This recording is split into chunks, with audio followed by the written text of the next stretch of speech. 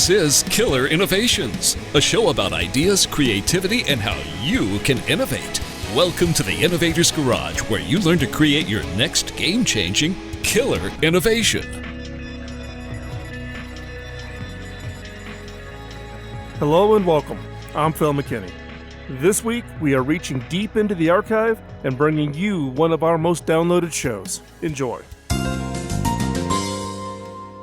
Welcome to Killer Innovations. I'm your host, Phil McKinney. We are doing kind of an interesting story this week. As you've heard me talk on the show many times about the fact that innovation is not restricted to being done in Silicon Valley, but that it can actually happen anywhere in non-obvious industries and in some of the most unexpected locations.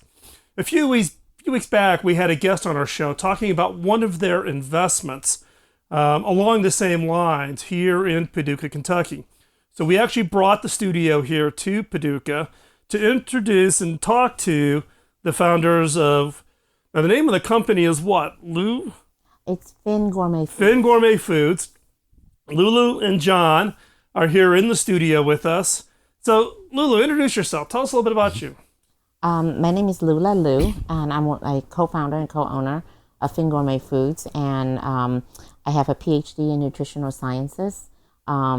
Before, I specialized in chronic diseases and nutrition with a focus on lipid metabolism, and I was doing research looking at health disparity in minority population, and have always been intrigued about how do you engage with populations that are isolated from mainstream, either due to geography or language or socioeconomic status, and that was sort of our impetus introduction into doing the carp. So now my whole passion and life is surrounding and dealing with carp. And I feel that this has been an incredible journey for me to really be able to do what I've always wanted, which was to be able to work with populations that are isolated. Always wanted to do missionary work, but didn't realize it was sort of in the backyard, and have felt that everything that I've been academically trained has really been geared to doing this, surprisingly. So John, introduce yourself. Yes, I'm John Crilly. I also have a PhD. Mine is in health services research. I've got a master's in social work and a master's in public health too, and that kind of sets you up for a life in academia.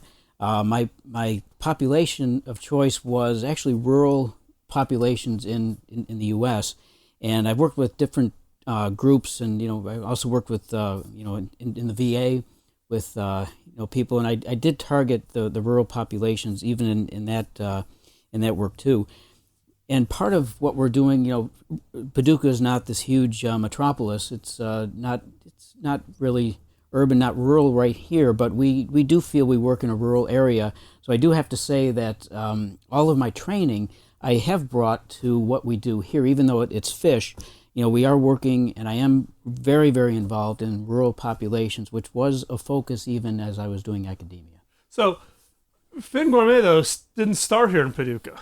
Correct. You started in New Orleans. Actually, I have a little bit of experience in New Orleans. I was sent there by the White House after Katrina to rebuild the wireless network in order to allow the National Guard to come back in. Oh, excellent. So yeah, I spent 6 weeks camped out and sleeping in the back of a flatbed trailer. New Orleans is part of the I'm sure you Katrina had air recovery. But you started there. We did. But then you made the decision to move the business to Paducah. To be closer to our supply source. Okay. We both came together in New Orleans to work with these isolated population. I was particularly interested in Native Americans and Vietnamese populations, and John was interested in the veterans that were returning back from the Gulf. And so he was at Tulane and I was at LSU, and we were doing these field works in the community, and we ended up starting a not-for-profit organization called Community Empowerment Service Agency, CESA, to try to get these individuals and people in these communities to access healthcare in the mainstream, in the base of Tulane or LSU. And then the oil spill happened. So you can imagine New Orleans is like this, hot spot for all these kinds of natural and man-made disasters. And so a lot of the people we work with no longer had a job and couldn't support themselves or their family or, let alone getting health care.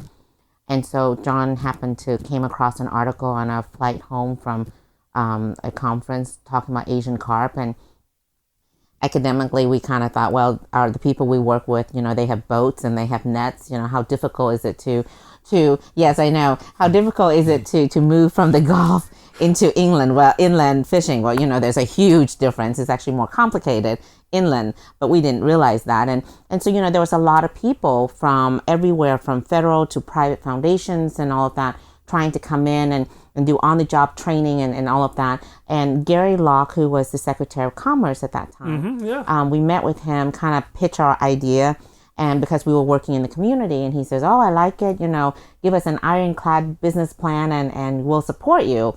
So we spent the next, 13-something months, driving around all over the place, researching this fish, sending it to our friends in different universities to see, is it safe to eat? Is it sustainable? And what can be done with this? And by the time we had this 120-page ironclad business plan, nobody wanted it. Everybody was waiting for their oil spill check and couldn't be seen, working or having another option to making a living. So we sort of crazy said, well, we put this much work in. Does it really work?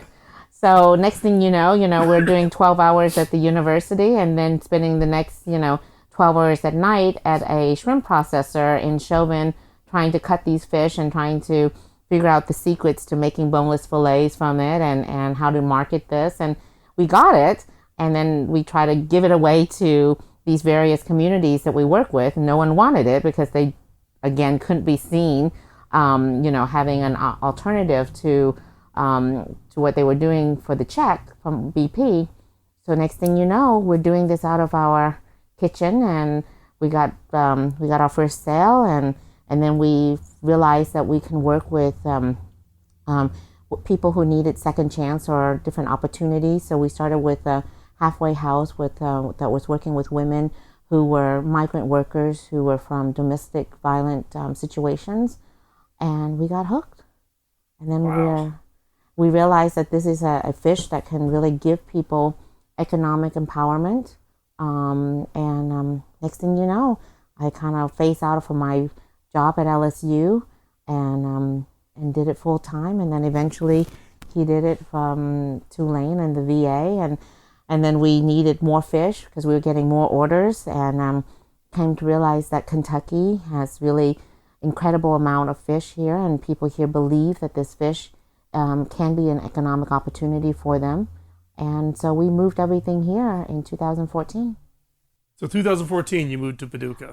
By June of 2014, we closed on the property here, and we moved everything up. And then we realized we had to put a lot more money into the rib shack that we bought in order to bring it up to code before we can open it. So at the end of 2014, we finally moved everything out of the storage facility down in New Orleans, and then we started working on renovating this. And so we opened November 2015. Wow.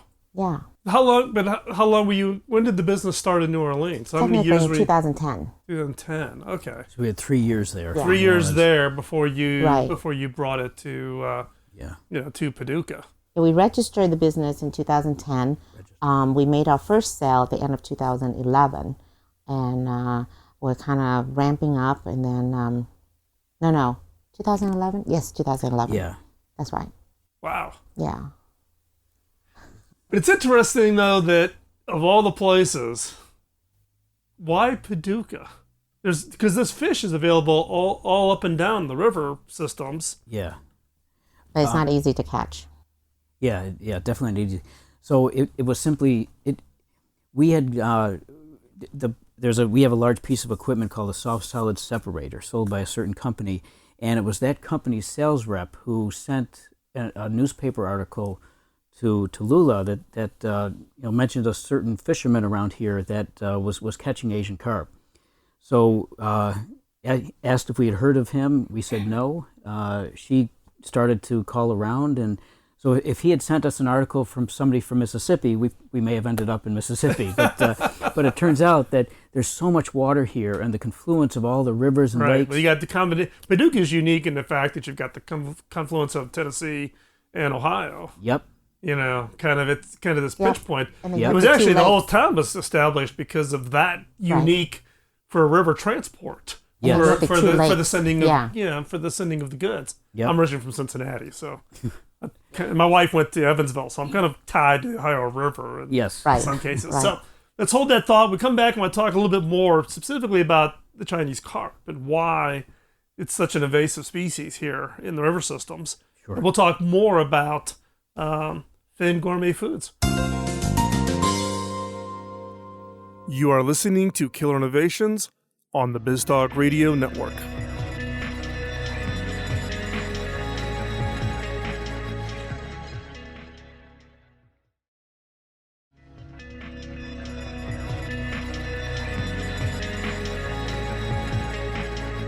Welcome back, but before we hop into this segment, need to do a quick shout out to one of our sponsors, which is Zoom. Zoom is the technology that allows me to stay on the road and stay connected with my team scattered out all over the world.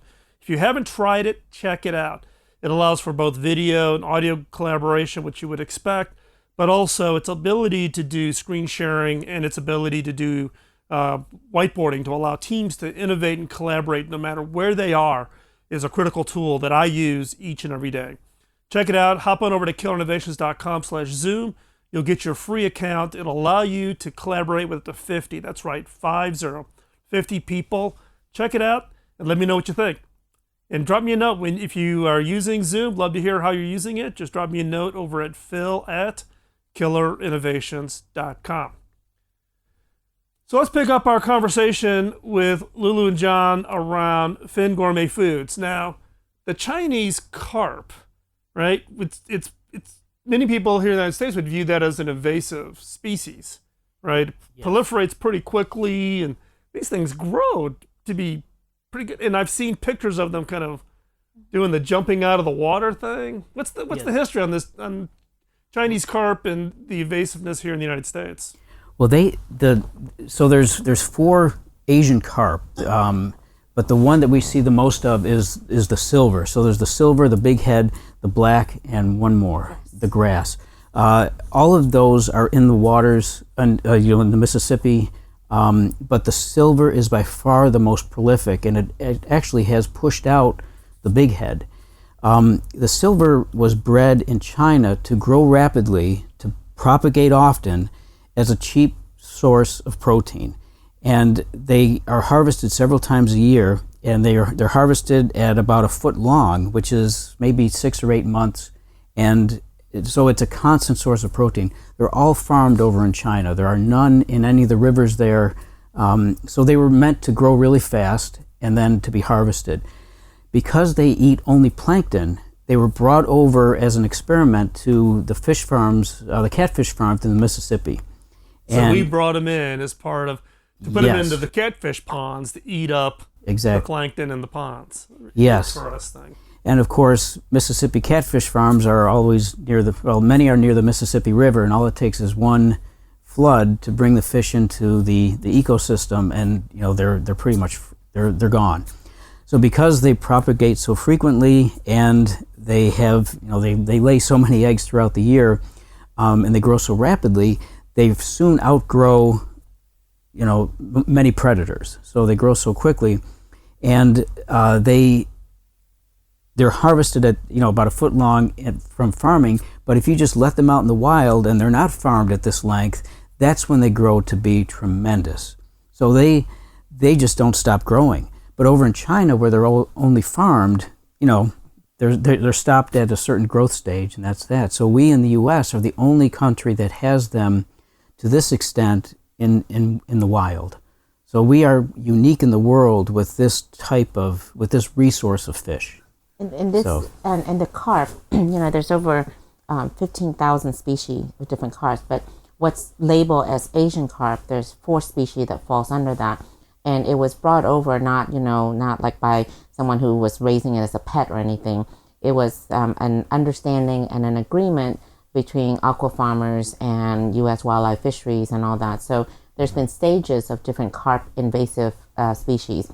So the first was the black carp, and they were brought over to eat up the zebra mussels, and they did a very good job, and they were basically eradicated soon after they were brought over. And then in the 40s, they brought over the grass carp, which was to eat the vegetation again. And again, the same thing, flood happens and they went out in the wild. But they had been managed because of marketing and then also of the season. They only seem to proliferate during the cold weather.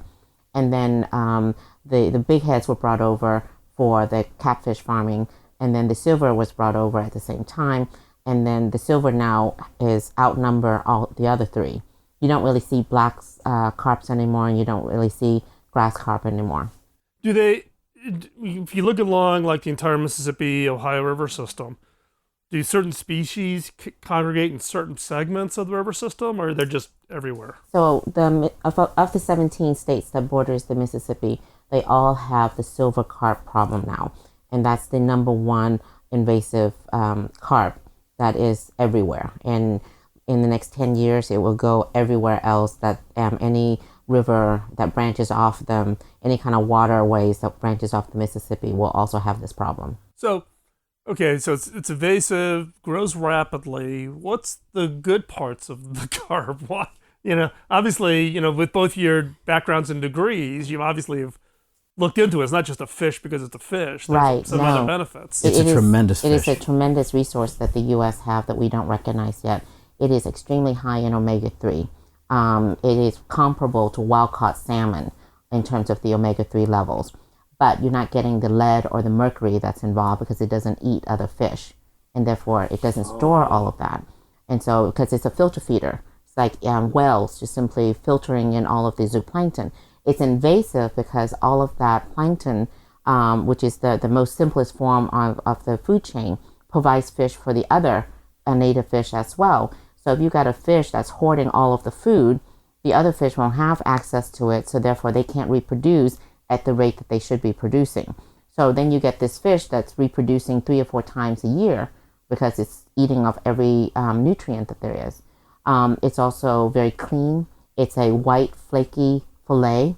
And when you eat 100 grams of it, at least 20% of that or 20 grams of that is pure fish protein. That's more than tuna. Wow. So in terms of nutrient and nutrition content, it's fantastic. You're not getting, people who eat fin fish worry about the antihistamine allergies and all that. You're not getting any of that in this fish. So, and it's, you can catch it it can be traceable. What we do, you would know down to the person who packed and processed that fillet for you, what day it was brought in, who the harvester was. You're not going to get that kind of traceability anywhere. And if you want to know what the waterways was like, we could always call up wildlife fishery and the different agencies around here to let you know.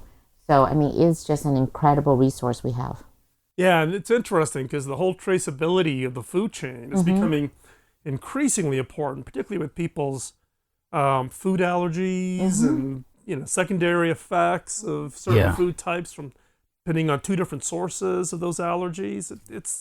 And actually, I think it was IBM's come up with this whole new system where Kroger and all the big, even Amazon now uses it for doing traceability of the food sources. That's interesting. I hadn't thought about that as another benefit of this. So don't go anywhere. When we come back, we're going to continue on our conversation with Lulu and John from Fin Gourmet Foods.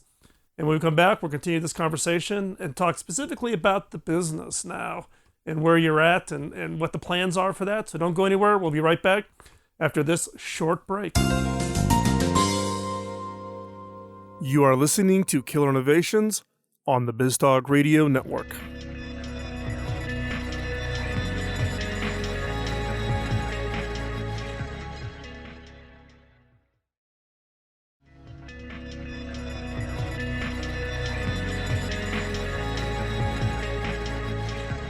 Welcome back. Before we hop into this segment, need to do another shout out to one of our other sponsors, which is HP. And I know you're all going to sit there and your eyes are rolling saying, hold on, Phil, you used to work for HP. And that is the case. But about a year ago, HP approached to become a sponsor for the show and to support the two nonprofits that we fund from the show, which is Hacking Autism and then Pioneer Education. So HP, through its sponsorship, is actually helping to fund the nonprofits, and we greatly appreciate that. HP also provides all the gear in the studio, both the main studio in Colorado and now the mobile studio here we are on the road. So thanks again to HP for that support. If you want to see the equipment and gear that we are using in the studio, hop on over to killerinnovations.com/HP, and there's a list of everything we have installed and how we are using it. And coming up here soon, we'll do a full video shoot once the mobile studio is completely done and up and running, so that you can see how we're using all that equipment. So, Lulu and John, let's continue on the conversation. So now you've got Fin Gourmet Foods. You've located here to Paducah. So talk about the business. You have to literally almost have to build your supply chain. Now, where do you source your fish from? We definitely here in Kentucky, we work with some different fishermen that bring us fish here. But what we've learned over the past few months, especially, is that weather can affect the entire region, and it can close down all the fishermen at the same time, and there's nothing you can do about it. So then your supply is down, and if that weather extends for any amount of time, it has a big impact on the business. So we really started, on that premise, we had fishermen down in Louisiana originally. So we started from Louisiana, working our way up the river, past Kentucky to Iowa, to look for specific fishing families. Now, there's a lot of commercial fishermen, and they mainly catch buffalo and catfish and often have their own markets where they sell them. But everybody catches carp as part of the catch only because there's so many of them they can't avoid them. They have them, but kind of taking care of them and looking at them as a valuable product takes a certain type of pricing. You have to price the fish, not dirt cheap, they're garbage fish, but really this is a valuable fish that people like Fin want to buy from them, and we want it iced and taken care of. We pay a good price for our fish. So we're able to then incentivize fishermen to grab those fish, take care of them for us. So our supply chain now is in its infancy, is one or both of us going up and down the river collecting fish from certain fishermen, bringing it back to Kentucky, and then we do take our scrap and go back down to Mississippi where we sell it to a rendering company, and then pick up more fish and come back. So we have this kind of route that we now do: Kentucky, Arkansas, Mississippi, and back up, so we do that once or twice a week. That's how we get our fish. That's a lot of driving. That's a lot of driving, yes. A little bit of driving. These are families that have been fishing the Mississippi or its estuaries for multi-generations. And they see the change. They were getting a lot of buffaloes or catfish. Now they're getting more carps into their nets or their lines, by accident. And it's important for them, to be able to continue doing what they love and be able to make a living out of them. And, there are other carp processors in the space, and a lot of them are Chinese investment behind that. Mm-hmm. And they don't, they really kind of knock the price down. First they start at 10 cents, then they go down to 8 cents, and they try to, tell the fishermen how to fish in their waterways. And these are free-spirited individuals, and you have to understand the culture. Right. So a lot of it for us is relationship building. You have to, for most of the time, two academicians, are not really welcome in a lot of these small town pockets of individuals. But we earn people's trust. We show that we show up, we pay for it, and we pay very good price, fair market price, actually comparable to their other fish, to give them an understanding that this is something that's valuable. This is something in the future, as we grow together as a supplier and as a buyer, we can really make a living out of this. And they see that. We send them article clippings of restaurant reviews and such, so that they really can understand this, and their children can understand this. So, most of In fact, I think all of our fishing families that we work with, the grandfather's involved, the dad's involved, the children, that the next generation is involved. And so they get very excited when we come around. They kind of beginning kind of scratch their head about eating carp, and then they see an article where, Sarah is going to be invited to the James Beard house to cook carp, or they see that people are eating it, as tacos and grilling it, and they're just really amazed and they get excited. So, whereas they start out fishing, maybe pulling only 1,000 pounds for us, now they're doing 5,000 pounds for us, and they get excited. It is an economic opportunity at the end of the day for us. And this is a tool that is going to help us with these different communities. And, it's not silicone. Everybody wants to invest in the latest Apple or the latest gadget. But, at the end of the day, you still have to eat. Right. You still have to have the basic needs. And these are pockets that have been kind of forgotten and left. And but you've been successful at actually raising some money here recently. We've had to learn. But you have to, because we started organically, and as the business grow, we just don't have the resources to catch up with the growth. So we've had to really learn how to do that. Everybody thinks growth is good until you got to come up with the cash. Right. It's a problem that's good to have, but how do you solve it? There's a lot more work behind that. Yeah, exactly. Yeah. Exactly. So what does it take to process the carp? Because it's always been, I've read a bunch of articles as part of the research for this interview that part of the problem is if you want to extract the bones, it's kind of can be a tough process, or at least it's perceived as being a tough process. Yeah, I think one of the big problems is, so any fish factory will have machinery that does the filleting and the skinning and all those things, but because these are wild caught, they're all kinds of different sizes. Like a tilapia fish farm will harvest tilapia at a certain point. They're pretty much all the same size, so you can get a machine that is tailored to fish of those size, and you're all set. So you can't really take there's no fish processing machinery that will do it. So a lot of it is done by hand, but not every piece needs to be done by hand. As we grow and have more investment, we can buy these certain other pieces of machinery that can help us with these steps. So we need to, get to the white part of the meat, because we have two lines of products. One is boneless fillets, and the other is what's called surimi. It's a fish paste that is made from the meat, and there's a certain process that we have that is unique to us. Surimi is very common, but we've come up with a way to make it that you can do it inland.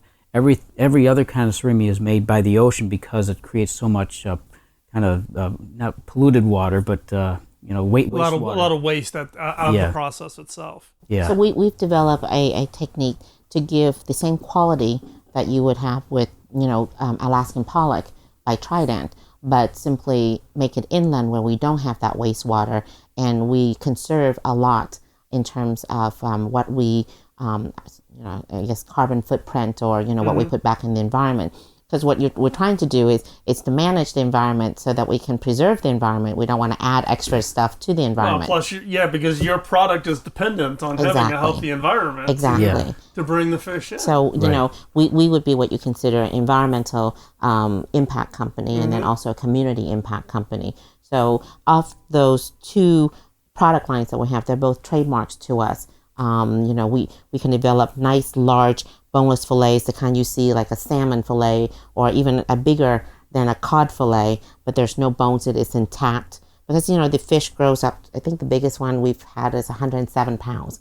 And the bigger they are, the better the meat. We've had a lot of Japanese company coming over, and they're very distrustful and cautious of freshwater, because they think freshwater fish has a earthy taste to it. So they'll go fishing with the fishermen. They'll come in, they'll pick one off the boat, and then they'll ask him to cut it for them, and they'll eat it immediately to see what is the true taste of it. And their jaw just drop, their eyes gets really round, and they're saying, you're making surimi out of a sashimi quality fish. Wow. That is a huge compliment. That's a huge. When we come back, I'm going to ask Lulu and John to kind of share also the lessons learned on their business just to get to this point, right? Because It's all the trials and tribulations of being an entrepreneur, and share with you their advice if they had a chance to go back. You are listening to Killer Innovations on the BizTalk Radio Network.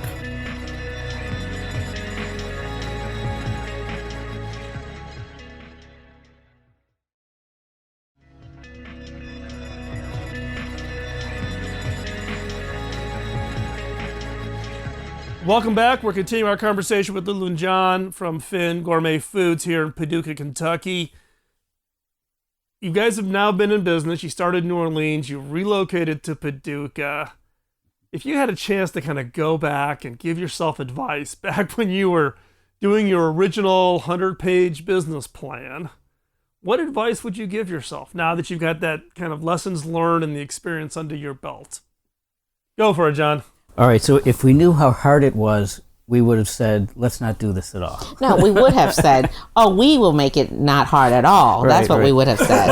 I'm just kidding, actually. It's extremely hard work. So so coming into it, I remember one time, just kind of, the first really, really hard day that we had, thinking, man, I don't want to do this again tomorrow. But we had to, and then the next day and the next day. So it's kind of learning that this different type of grind. The second thing is that there's so many places you can give up along the way, but and sometimes you think, well, are we just shoveling this into this endless well?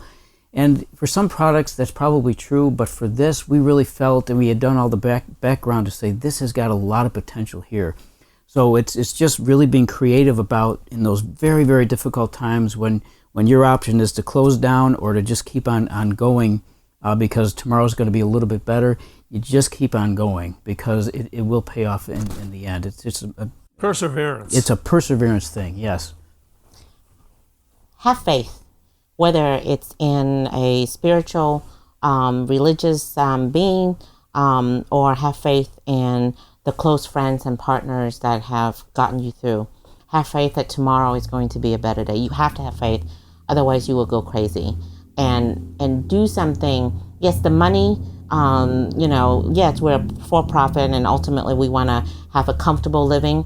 But if you know that you're doing something else to help somebody else, providing them jobs or providing them just to hope that they can, learn from their mistakes and move forward, it helps to add to your faith at the end of the day when you just feel like you've been beaten and you have no other strength to get up, because you will find strength in places that you don't know that exist.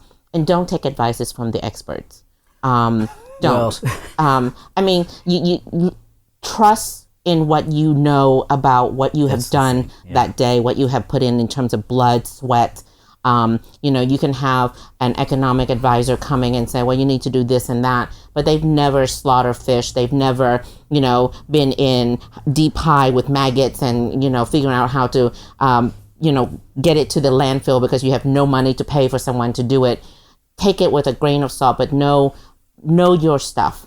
Do the homework and have faith that what you do is going to be better the next day. You may not see it that day because you're so tired, but I can't say enough, our faith has gotten us through many periods in which we're thinking, oh my gosh, we're going to have to shut down. We've got 13 people who depend on us and their family. What are we going to do? And then the next day, a customer finally comes through with an order, or an investor finally comes through. There's a break in it, and we just realize this was meant to be. It's faith. You just have to have faith, and I'm reminded of different biblical stories, and my mother and I escaped Vietnam, and I think if she didn't have faith, we wouldn't be here. And so I have faith that this is, and we feel in our soul, and our families kind of don't understand why we've left what we've been trained to do, but we realize that this is something that we've always been meant to do, and all of our education and work experience have led us to this point to do this, because this fish is like the bread and the loaf. There's just immense amount of it, but you just have to understand it and accept it as a blessing and do something with it that's going to be profoundly important. Wow. Have faith. Wow. Have faith. I think one thing, just to kind kind of build on a point. In the beginning, there's a lot of people who want to help, and they sort of transition into these advisors, and you get a lot of pressure to do. People have MBAs, they've done business, they've done investment, they all know these things. So we haven't. So we sort of the places where we've gotten hung up is when we've really tried to do what everybody's suggesting that we do, instead of following our own gut instincts. Yeah. And the places where we've just kind of taken off, like with Lanchi developing the surimi and me the boneless fillet parts, it was just getting rid of all that noise and just saying we are going to do it this way. And so we've struggled throughout our existence to kind of hear our own voice. Yeah, to follow our own voice. Yeah, I think this is a very good point about the advisor piece, right? Like I'm in the innovation game. There's 100,000 innovation experts, and then you ask them how many innovations have they actually done, and it ends up being zero, right? They've got a degree, they've got whatever, but they haven't lived it day in and day out from the standpoint of up to your in some cases entrepreneurs aren't willing sometimes to just trust their gut.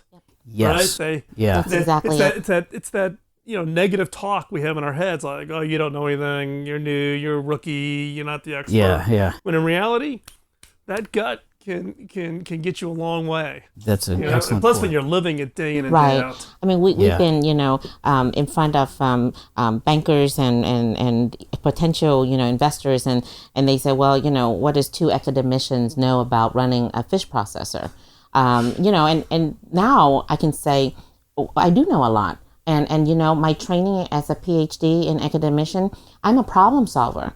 I don't back down from a big challenge. We sit down and we methodically and rigorously go through our plans to solve our supply chain or whatever. So I'm a great problem solver. And that's what my training has brought me to do. Yeah. What have you done in terms of problem solving the carp industry? Yeah. That's cheeky and cheap shot, but you know what I mean. Yes.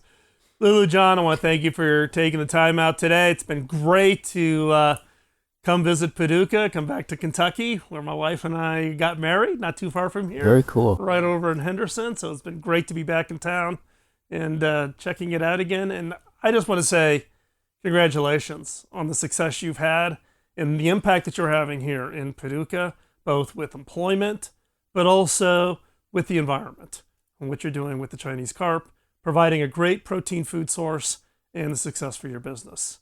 And we'll stay in touch, and if we're back in the area, we'll stop back again. So if you're listening, check us out. We'll have all the show notes over at killerinnovations.com. With that, have a great week. Bye.